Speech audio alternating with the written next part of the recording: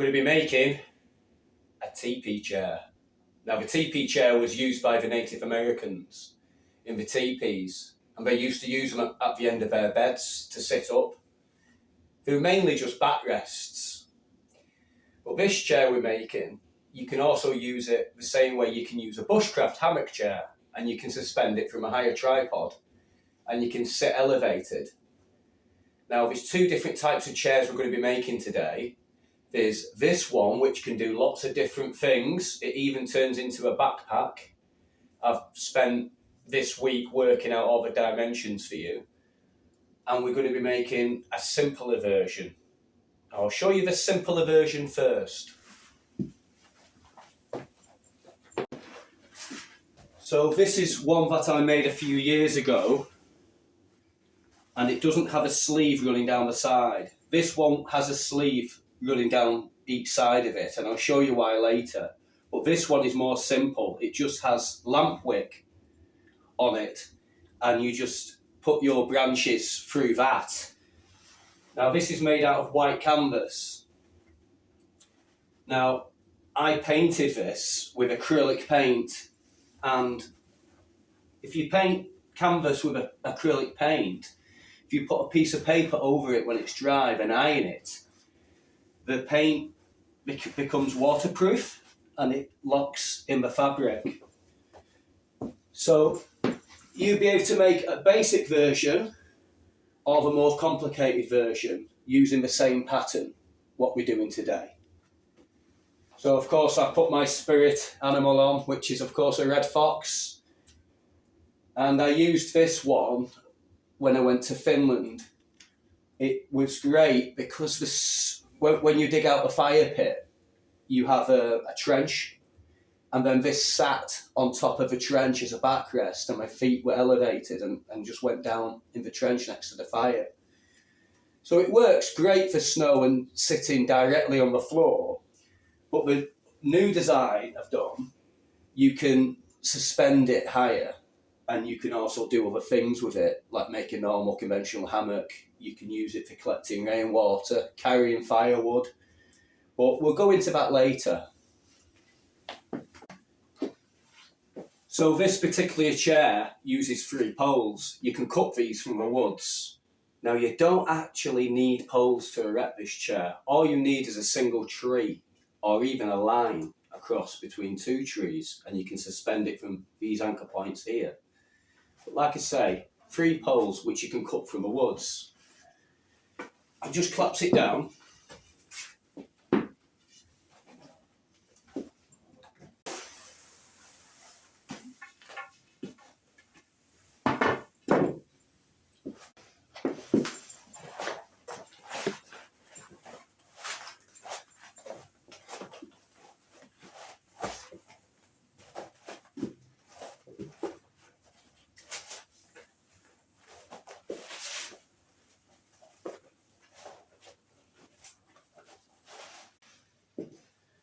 And of course, like most of the gear we make on this channel, it will fit in your pocket. It's lightweight.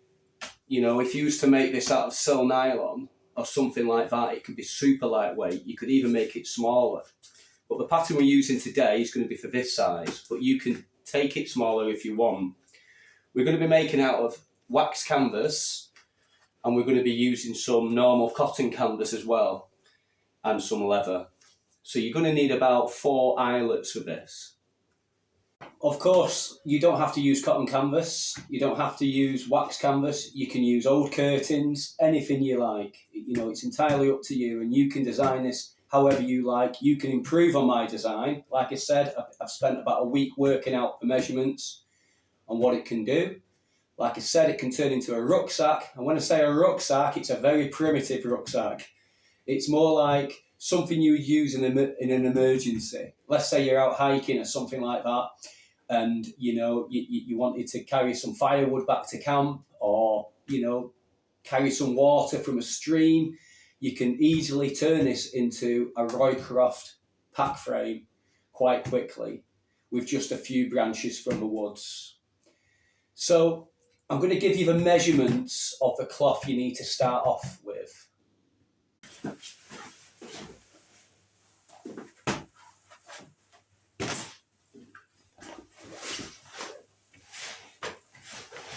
It's quite a lot of cloth, to be honest.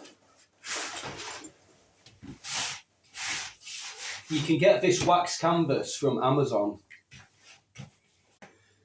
So the width of the canvas, what you want is 27.5 inches. The length of the cloth is a whopping 6 foot long. But of course you can make it smaller if you like. But I've gone for 6 foot for the purposes of turning it into a Roycroft rucksack.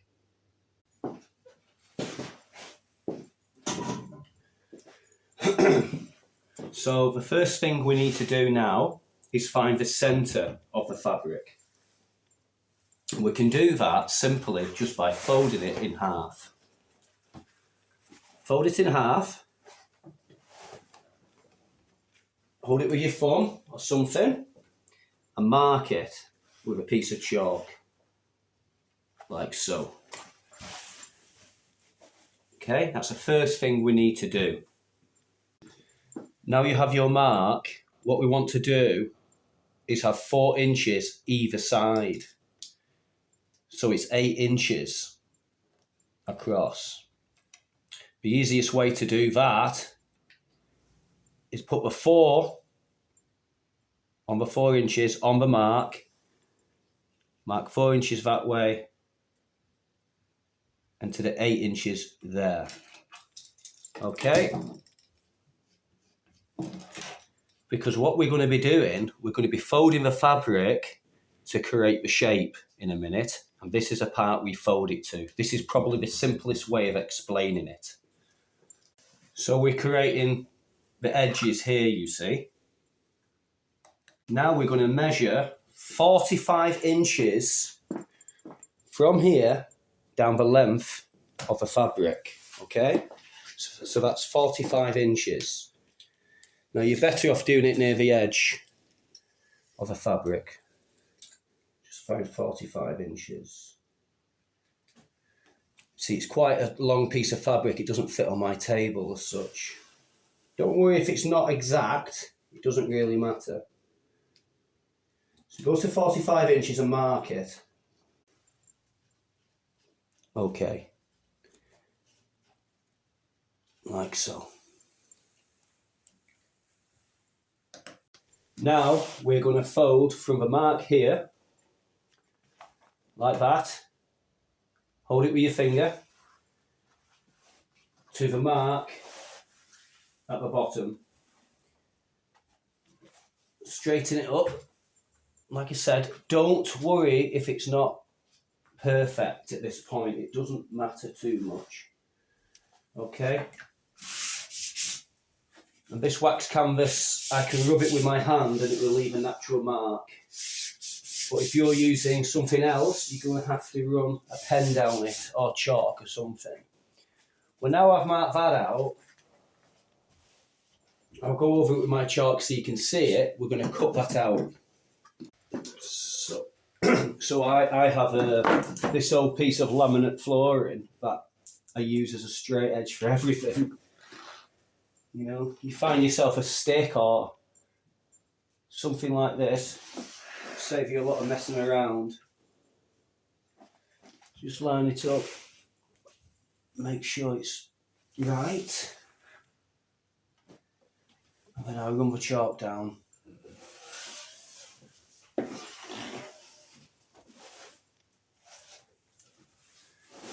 That's okay. I've lost my good scissors. And you see now I haven't quite gone to the line. It doesn't really matter.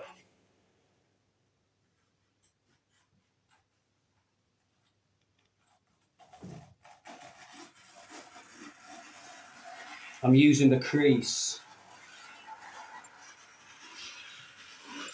to follow the scissors down.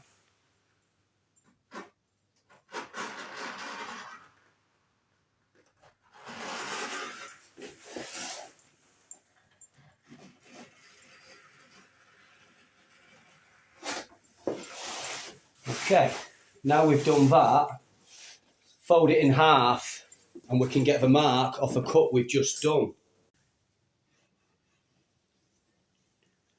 So now I've folded it over, I'm just going to run the chalk lightly along this edge. And when I cut it out, I'll cut it on the inside of the chalk so it's neater and lines up better.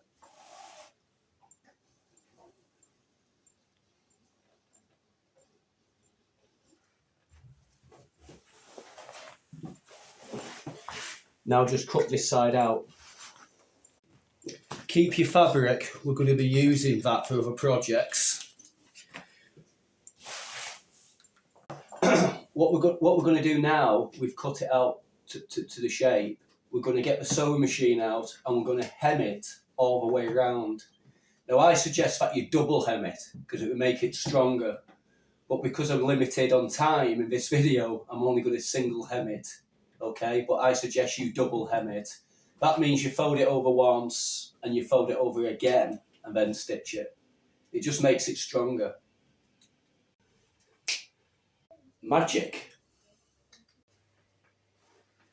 Of course, if you don't have a sewing machine, you know, you can do this by hand. But a sewing machine will make all the difference in speed. This is an antique Singer sewing machine. If you've not seen my other videos on making gear, check them out because I've got some good projects. A lot more projects coming as well.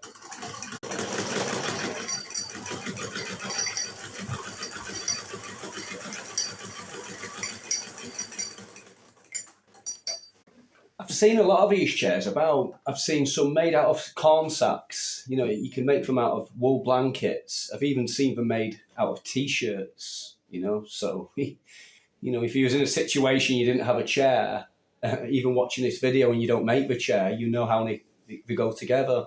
There's loads of YouTube videos on these. They've been around for a long time. It's not my invention, but I've kind of merged the you know, Native American teepee chair with the conventional hammock chair, really. But anyway, I need to get this sewn up because it's, what time is it? 4:05. Hannah and George are making some type of tea for me. I don't know what it is. It's some Christmas tree thing. I don't know. I'll get on with this.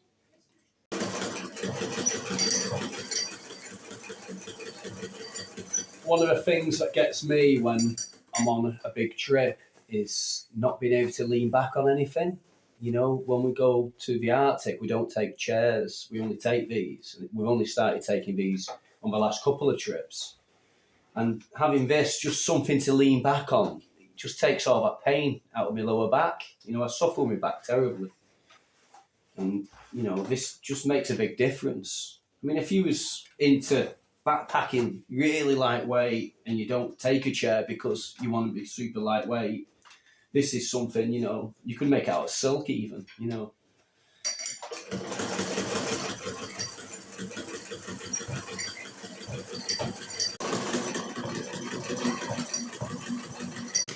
So on camp last week, I was talking to Jason about making this chair, and I was saying I wouldn't mind combining the chair with a bag. And he says, why don't you try a Roycroft frame? And I thought, well, that's genius because you already have the poles anyway to make a Roycroft frame. So it kind of developed from there, really.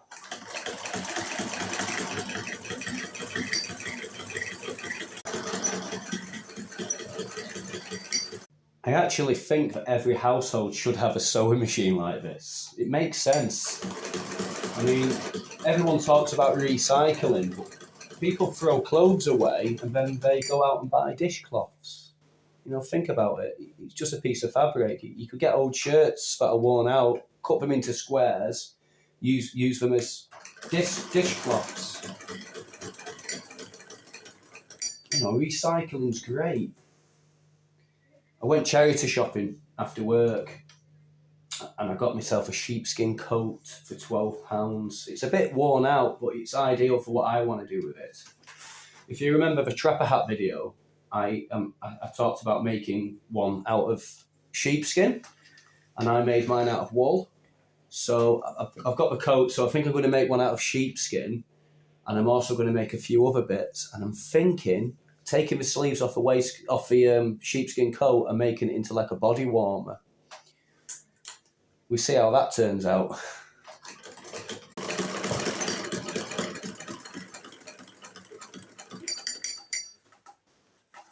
I've got a funny feeling I'm going to run out of thread soon. I mean, this is 6 foot long, this piece I'm stitching now, so that's at least 12 foot. Then you've got the width.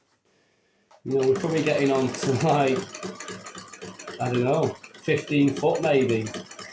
My maths isn't very good, but you know, it's quite a lot of stitching if you used to do it by hand. But even if you had an old curtain or an old tarp, you just tie a knot in the end of it, you can suspend it from a tree and sit on it in the same way that we're going to be using this chair.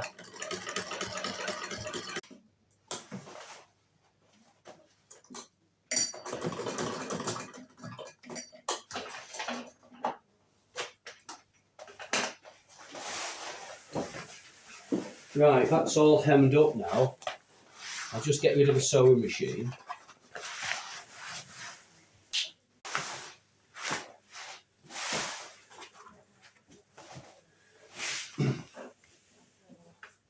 Right, what we're going to do, we're going to be folding up the bottom of this fabric to create a sleeve.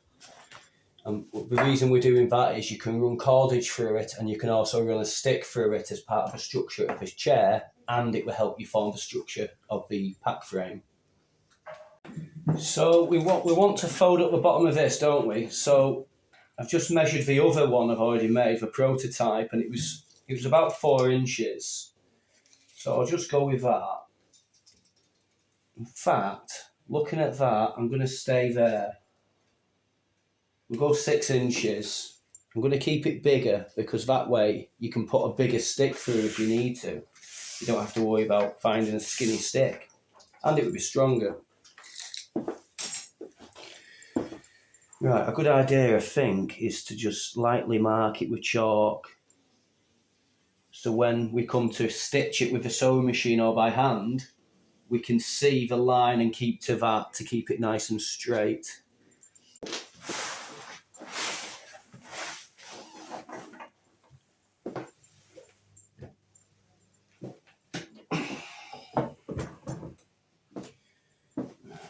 What I suggest you do when you're stitching this part is run three lines of stitching down it to make it extra strong. But again, for the purpose of this video and my time scale, I'm just going to put one down it. I'll finish it off at a later date.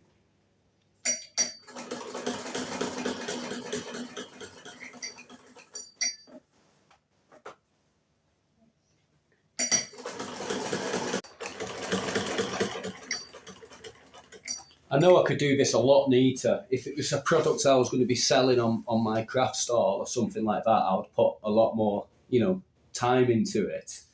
But what I'm trying to create in these videos is an easy way of making things that anybody can do. I'm not trying to be dead perfect or dead neat. And I know there's going to be people out there who are far better than me at this. And, you know, they've got plenty of good videos you can watch for, you know, getting things perfect. But what I'm trying to teach is just how to make decent bushcraft kit. You know, stuff that's going to last, but doesn't take all your time up to make. Doesn't cost you an arm and a leg. Are you okay, George? Yeah, I'm just going upstairs. You going upstairs, buddy? Yeah. How was school today? Good. Was it? Yeah. What did you do? Just do a few art and one French. Art and French. French? Yeah. Speak French. I'm not fluent, but Je m'appelle means my name is. Is it je m'appelle or je m'appelle? Je m'appelle. Yeah, je m'appelle. Je m'appelle. Hannah, what are you making for tea? I was saying that you was doing something like a Christmas tree. What is it? What to see? Yeah, bring it in, we'll have a look. I've nearly finished hemming this up now, so I'll just quickly get to the end and we'll see what I'm going to have for tea. Made by 2 special people, me and Mum. Okay, let me just finish this. So it's... Is it a pizza? Supposed to be a Christmas tree. Well, I know it's a Christmas tree. It looks like a Christmas tree. I can tell George has had a go at that. You've done a good job of that, George. He's gone upstairs. So what is it, a pizza or? I don't know, I've seen it on Facebook and it looked tasty, so I thought I'd give it a go. Right, so has it got a pizza base? Pastry, then pesto, then cheese, then ham, then cheese, pastry on the top, cut into a Christmas tree with different herbs and spices and tomatoes for baubles. That's very nice. I tell you what, Hannah, cook it up and then we'll have another look at it then, eh? It might not look like a Christmas tree. It doesn't matter, I'm going to eat it. I'm starving. Come on, woman, get out. I need to finish this video. Sorry. All right.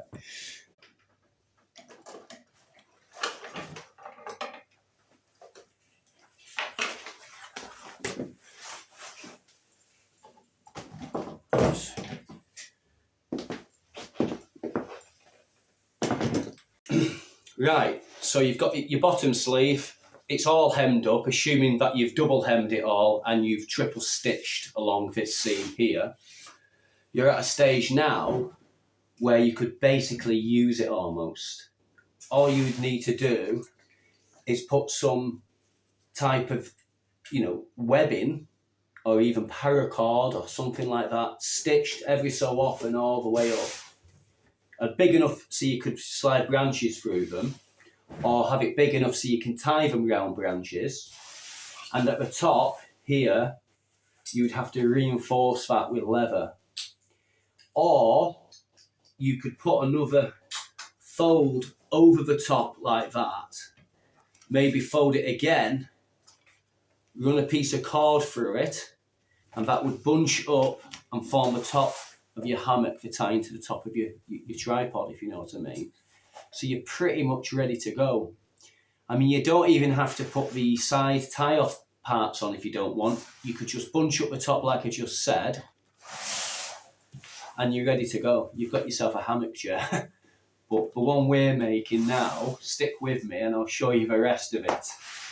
So, like I said, if you wanted to do that, just fold the top over once, fold it over again, put a stitch in it, run a cord through it, you're ready to go.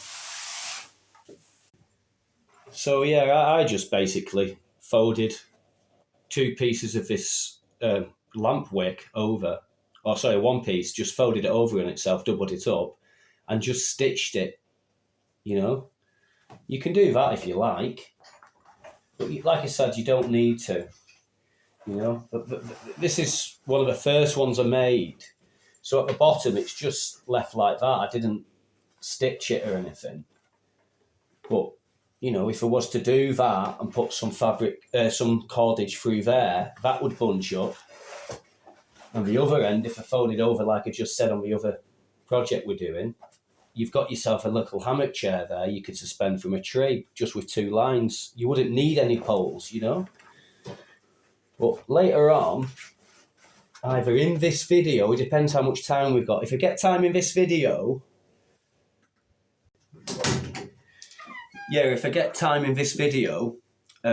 we'll go out in the woods and I'll show you all the different setups. But I'll see how long it is by the time we stitched it all together. And if it takes too long, what I'll do, I'll go out this weekend and make a second part to this video, because I want to show you how it will work with a tarp and things like that. Anyway, let's get back to it. So I've just had to clear the table. We're just going to have something to eat now. I'll show you the pizza she's made. I don't even think it is a pizza, to be honest. I think it's kind of like a lasagna, pizza, Christmas tree. What do you think, George? Basically, it's supposed to be like a pesto pastry Christmas tree. Ah, pesto pastry. Right, we'll call it that then, eh? Yeah. When they're finishing up with tea, I'll show you what I got from a charity shop today. I got this small tweed blanket, which I'll use to make something with. It's really good quality wool. I got a sheepskin coat. What was it? Oh, not £12. £12.50. St Anne's Hospice. Like I say, it's a little bit worn. It's a shame actually to do stuff with it, but I think I'll make a waistcoat and use the arms to make a hat with and other bits and bobs. I don't even know if it fits me. I'll try it on. If it doesn't fit me, oh, it would do. It would do as a waistcoat. Without the arms on it, it should fit better. Really warm jacket. You know, you can imagine being a market trader in London in this. You know, wheeling and dealing or something. But yeah, I mean, it's an old design. These jackets, these sheepskin jackets, this design has been around for a long, long time, you know, frontier times. You know, if you was to buy a new version of it, it would cost, well, you know, it cost you a lot of money, probably about £1,000, you know, for a proper new sheepskin like this.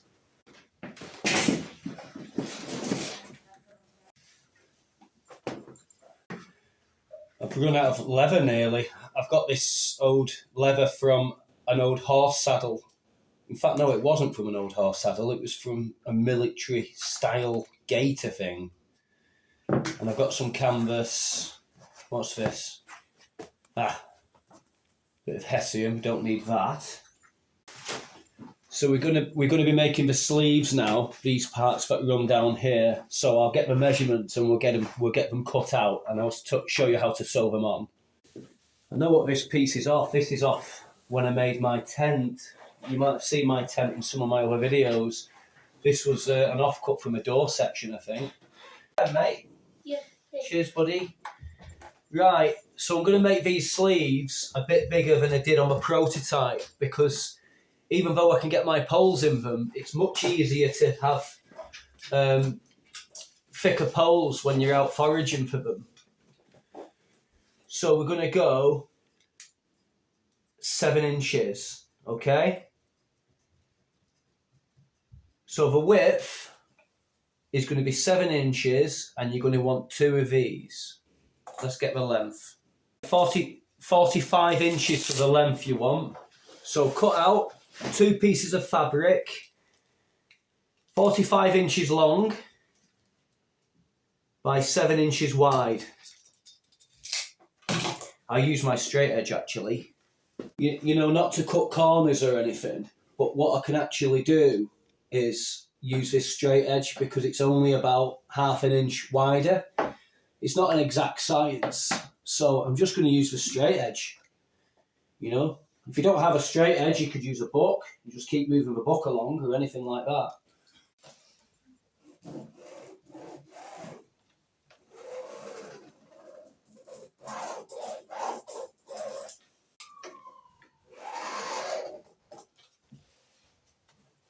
That would do.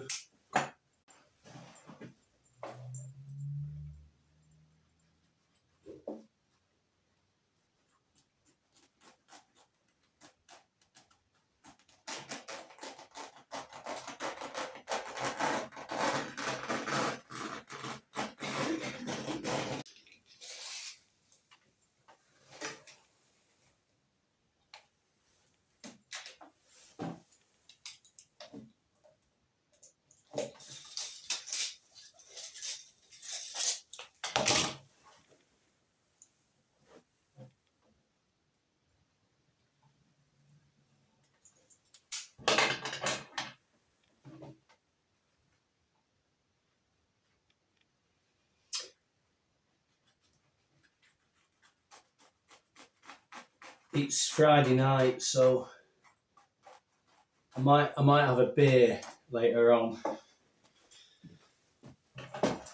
Right, so cut 2 out at these measurements, okay? And then what we're going to do, we're going to go around and hem it all the way around, but you only have to hem it once on the long sections. When you hem the top, hem it twice, okay? Because that's where your pole slides in and out and it will have wear and tear, you know?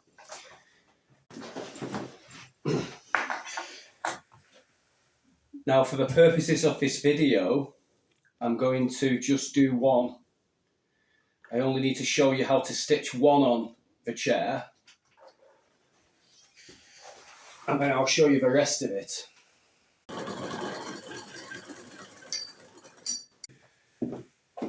Right, I've got all this hemmed up now. What we're going to do, we're going to stitch it along this edge. But I'm going to show you how we're going to do it because we're going to have to measure in for this. Just get that out of the way a minute. In fact, before we do that, I'll just measure it. What did it go for?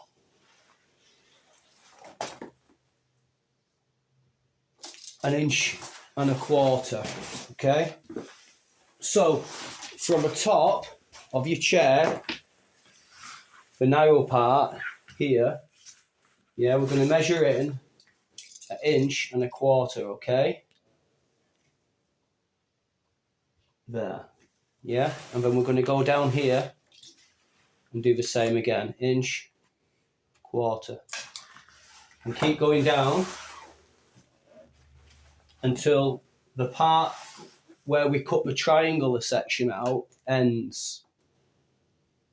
Okay, keep going. There we go. Now run a straight edge along here, okay?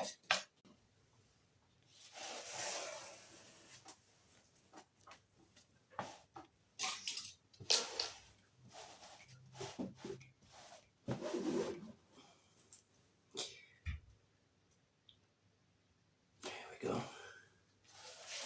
You see why I'm doing this in a minute. Oh, and Hannah says it's beer o'clock now. It's time to have a beer apparently, but I was going to wait until I finish the video, you know? I don't want to be slurring my words, even though I'm only going to have about 2. Right, this bit, it's not complicated, but, you know, I just want to show you. What we do, put the rough edge to the top of your white piece of fabric here, yeah, your sleeve. Yeah, and line it up with your chalk so that the top of the sleeve is level with the top of your chair. And then what we're going to do, keeping it lined up to the chalk, we're going to stitch it all the way along here, okay? Because afterwards, we're going to pull it like this, you see? Then it's going to be a hidden seam, right? So we're going to get that stitched on and I'll show you the second part.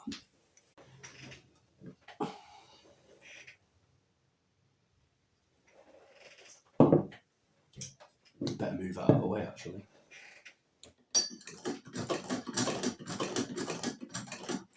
It's important to go back on yourself a few times here. You know, maybe put 3 stitch lines in, you know, go down 3 times this seam. The more you put in it, the stronger your chair's going to be and the more it's going to last you, you know.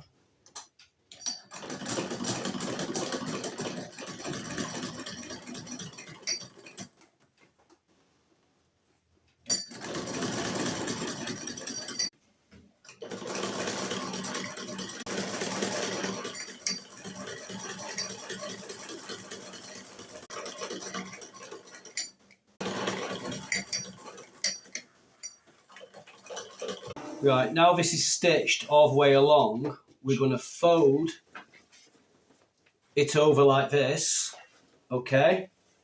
And we're going to turn the whole chair the opposite way around. See, like that. What we're going to do is fold this around like so. Just push these 2 seams together. Yeah. And then we're going to stitch all the way up. Might be a good idea to start stitching from the top. And can you see the loop what we've made there now? You can slide, you know, a rod in quite easily now. So on my prototype I stitched it different from the way I'm showing you. The reason we're doing it a different way is because I think it'd be better and easier to slide branches down in. So what we're going to do, we're going to simply take this edge here to this edge. Remember, this will be double seamed. You know, this is a rough edge at the moment, but if you know, I only did it for the purpose of the video, single seamed it. But you would have a double seam on it, you know. Anyway, you pull this to this seam here, like that. Sorry, like that. So it's on the inside, yeah. pinch it, and then take it to your machine and stitch it down, or stitch it by hand. Okay? So just fold it in, just on itself like that. Line it up with each other, you know? Right, let's assume you put both sides on and we're at this stage now. What we do next is we get a piece of leather, yeah, and measure between these points and these points and cut it out. You can go as big or as small as you like. The only reason we're putting the leather in is because it's stronger for the eyelets, okay? And then here, you can cut 2 triangles out, or you can use half moons, anything you like. And you will cut that out, sew it in, put the eyelets in. But I just need to give you the measurements on where these need to be. Okay, so from the top, measure down 2 foot, okay? Both sides. Mark it with some chalk, okay? Stitch in your leather first, then put your eyelets in. Now the reason we've put these in is so that it can turn into the backpack, the BUSHCRAFT pack frame, and also so we can suspend it between 2 trees if we want to, okay?